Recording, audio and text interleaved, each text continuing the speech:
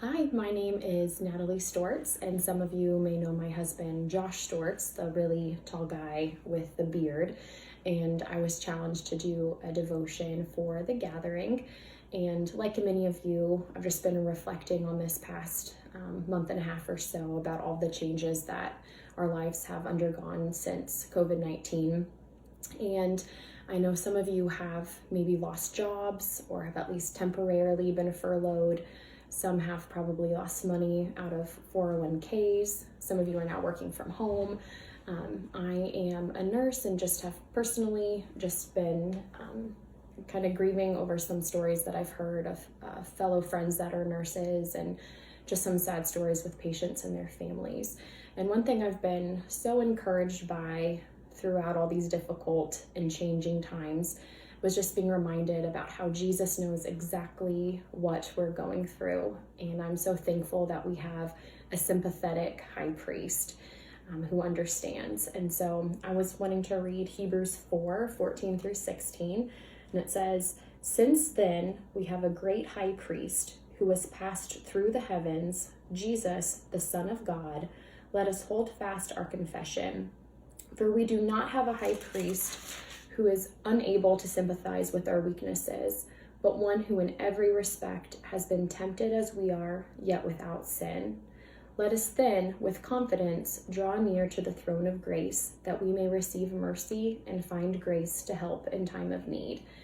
And I've just kind of been preparing for Easter and thinking about the events that led up to that.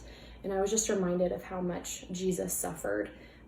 As we all know, Judas betrayed Jesus, and Jesus had been one of his closest friends that he poured into Judas's life for 3 years.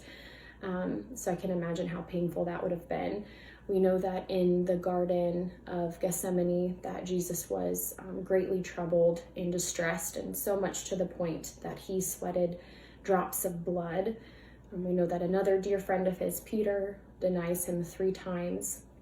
He was obviously physically afflicted by the beatings and forced to carry a cross and the crown of thorns. And then worst of all, he took on all of mankind's sin, where the Father did have to turn his back on the Son as Jesus drank from the cup of wrath and drank it fully on our behalf. So Jesus was no stranger to suffering, and not only in the events leading up to Easter, but throughout his whole life, he was rejected by many. You know, he came from a poor family and things like that. And so I'm thankful that Jesus knows whatever you're going through right now. He understands that. And I heard an analogy that I really liked. And I'm not musical, so I'm assuming this is true, but they said that if you have 2 pianos and they are in the same room and both in tune, that if you play one note on one piano, the same note will play on the second piano without ever even touching that second piano. So if you play a middle C on piano 1, middle C will sound on piano 2 just a little bit softer. And that's how it is with Jesus in our lives too. Whatever emotional notes are going on in your heart right now, whether that be fear or discouragement, or even happy emotions like joy or encouragement, Jesus also feels those right alongside us. And so I pray that that would be encouraging for you today.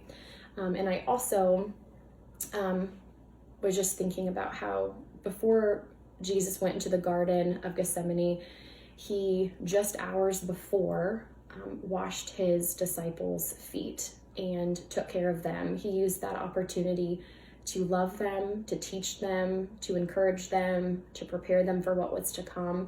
And that was just hours before he went through the hardest hours of his life.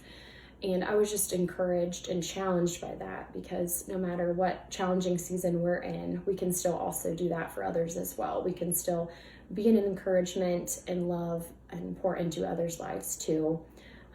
And I was just encouraged by Jesus's selflessness in his servant's heart. So I pray that we can be that for one another during this difficult time. I hope you guys all stay blessed and stay healthy.